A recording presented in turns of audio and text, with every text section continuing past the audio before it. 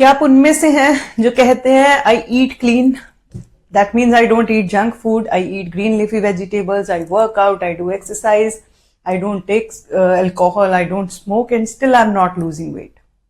आपका वेट बहुत स्टबन हो गया है, तो let's discuss what you should get tested so that you are aware किस वजह से your weight is stuck. So let's start with the hormones first. Hormones play a major role in our body. So let's start with the thyroid first. Thyroid has a panel which means TSH, free T3, T4 and anti-TPO antibodies. All these tests are blood tests. They should be done. Best is fasting. Otherwise also that is fine enough. It doesn't really change much. These thyroid hormone, what it does is it helps in maintaining the metabolism and also overall health and well-being, starting from your mental well-being to your bones to every function of male and female fertility as well. So that is the reason thyroid has to be kept in check. But because we are focusing on weight, so when the thyroid is functioning less, there would be gain in weight. If it is functioning more, there could be a loss of weight in hyperthyroidism. And there are people who are at a borderline thyroid problem or Hashimoto's or autoimmune kind of thyroiditis. In those patients, weight can be stubborn. So just get your thyroid levels checked. Second test should be done is the insulin. Insulin levels, fasting insulin levels. So when you wake up, get your fasting insulin levels done. So what does it reveal? So Indians are more prone to insulin resistance. Why? Because there is a lot of visceral fat in our body system. Our body system, specifically with the other continents, it's TOFI types, so which means more of visceral fat, leading to more insulin resistance even if you look lean.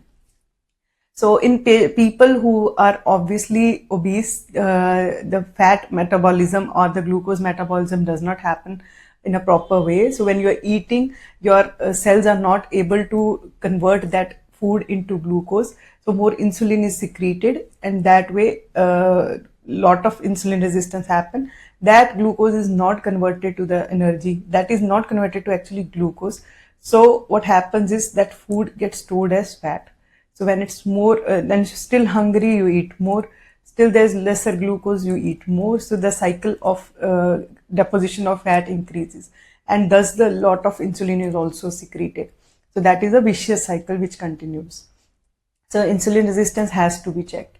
Apart from that, there is also one more test for insulin, the HOMA-IR. You can get that also. That ratio also helps you detect how much of your pancreas is functioning, right? Another one is to check for the inflammations. For that, CRP or high reactive CRP. CRP is C-reactive protein. It is released in the body when there is inflammation. So just get that, or high precision one also. Any of it can work. You'll get to know if there is inflammation in the body. When there is inflammation, there is imbalance of hormones, and there are many other hormones which are secreted, which are helping the body to keep the functioning normal. So that stress hormones which are released will further lead to stubborn weight or weight gain as well. After that, a liver function test, SGOT, SGPT or AST or ALT and GGT. We all know fatty liver is an epidemic at present. Every second, third person is having fatty liver. To do check those with your liver function test. It is important because the fat is getting deposited in the liver and the liver functioning is getting reduced. Liver is helping you metabolize everything. So it's very important your liver should be healthy. After that, your vitamin D and B12. So why vitamins are important? Because they help in regulating. Vitamin D is not only the vitamin, it is also acting like an hormone, you can say, which is modulating lot of body functions, keeping your bones healthy, to your mental well-being, to your weight management. Everything is important when it comes to vitamins also. So don't skip on that. Check your vitamin D and B12 levels, and if needed, take the supplements as prescribed by your doctor. Don't self-prescribe yourself, please. After that, another important hormone is the cortisol level.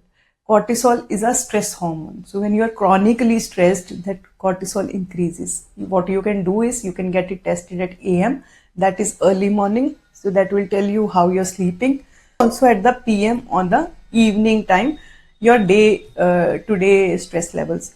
So what happens is when cortisol or the stress hormone is there, the other hormones which are helping you metabolize your food or your energy or that is not working adequately, your body functions are not working adequately, and then there is a more deposition of fat, or you can say there is obesity or loss of you're not able to lose fat, lose your weight. So what we are talking about stubborn weight, in that specifically cortisol will let you know how much stress you are actually carrying, because there are times we feel we are not stressed, but actually our body is under stress. You need to check those levels.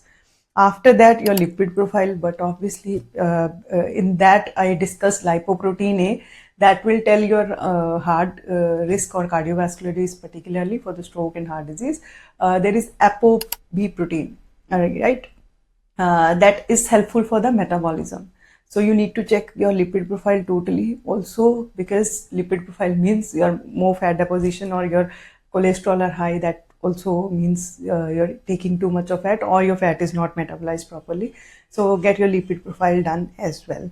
So these are the common battery of tests which should be done in patients or in people who are feeling they have a stuck weight, even when they're eating clean. Eating clean means no junk food or no fried food specifically from the outside.